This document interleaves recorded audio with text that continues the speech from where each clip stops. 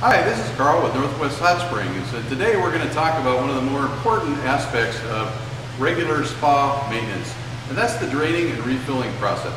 The first and one of the most critical parts of this process is to make sure that you turn your spa off first. Now, many spas are set up many different ways in terms of how they're powered. Some have breakers close by, and others have a plug-in such as this. So what you want to do at first is find out how your spa is getting power, and then go to the source and disconnect that, either by switching off the breaker or by unplugging the spa if you happen to have this sort of connection. Okay, now that we've turned the power off to our spa, it's time to drain it. What I'd recommend is to take and find yourself a garden hose and make sure that you have a place to drain it to that's appropriate. You might want to contact your local city or municipality just to see what their regulations are as far as draining pools and spas. Now, in a hot spring spa, we have two locations. This one here has a cap on it with a valve. This is the one that you're going to use for regular draining and refilling. We also have another location here that's used if you need to winterize your spa. Let's say you're going to Arizona for the winter. You want to completely power it down. Just to be on the safe side, we'll want to pull that cap and drain it out completely. To drain the spa, what we're going to do is first remove the drain cap. You might want to also make sure that the valve is closed. That's with the little valve handle here in the perpendicular position to the drain. That way we don't get water out on the ground, maybe getting ourselves wet. So we remove the cap and then securely fasten our garden hose. You don't need to crank it down real tight. We don't want to damage the threads, just needs to seal. So we're just going to give it a little bit of a tightening there. We're going to reach in, we're going to turn the valve so that it's now in a parallel position to the hose. And that's how we begin draining. While your spa is draining, this is a good time to take stock of your chemicals, find out what you might need to add to it again when you refill it. It's also a good time to take some kind of a look at your cover. See if it needs some conditioner or some sort of a cleaner. Maybe check the seams for repairs. The cover's getting a little bit heavy. It may need some replacement. But we're going to cover that in a separate video. So look at our website and you can get a little more information on how to take care of your cover. Another thing you're going to want to do at this point is you're going to want to clean your filter. And again, we offer a really nice little video on just how to do that.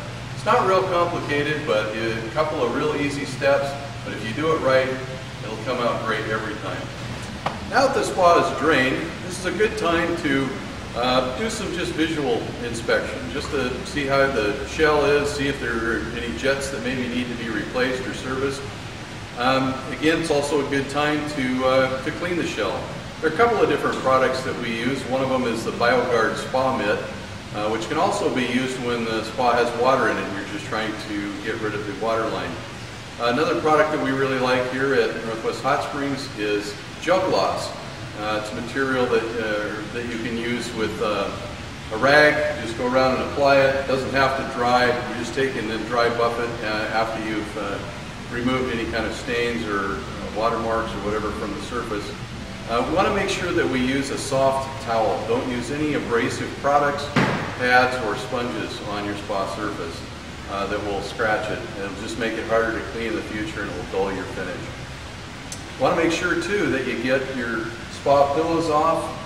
Make sure that you clean real good behind there, any debris that might be stuck behind the pillows. Maybe even clean behind the back side of the pillows themselves. Okay, now it's time to refill our spa, but before we do, we want to make sure that we check to make sure that we have the hose disconnected, the valve turned off, and the cap put back on the drain. So the first thing we're going to do is we're going to shut the valve off. In other words, we're going to move that little handle to the upright or perpendicular position to the hose. Next thing we're going to do is remove our garden hose here and put our drain cap back on. We also want to make sure that we check our winterizing plug if you happen to have a hot spring spa. You just want to make sure that It's tight. You don't need to take a wrench or anything to it. Just make sure that it's good and finger tight, and then we're ready to refill. When filling your spa, it's important that you put the hose into the filter compartment area. One of the #1 calls we get here at Northwest Hot Springs is after somebody has drained and refilled their spa, they're complaining that the spa won't heat, that the pump doesn't seem to be coming on for circulation. Filling it through the filter area, or perhaps even taking the cap off of the filter for the circulation system and putting the hose right down inside will go a long way to helping purge air from the system so that the pump can actually pick up suction and begin moving the water when you power it back up. Doing it this way, you'll be a lot less frustrated. Once the spa is filled, you want to make sure to go to your control panel and just to make sure that after you've turned the power on, that you're actually getting the heat light. The circulation pump is actually circulating and that you're actually getting heating. The other thing you want to do after that is to power the jets on, work the diverter valve back and forth, working out any excess air that might be in the system. We just don't want our pumps to have to start up dry. Okay, now that our spa is filled with water, we need to turn the spa back on, or power it up, if you will. Either plug it back in or turn the breaker panel back on. While you're waiting for your spa to heat, which may take several hours depending upon the spa that you have, this is the time to bring us a water sample here to the store so that we can give you a good start on your water chemistry balance for the next 4 months.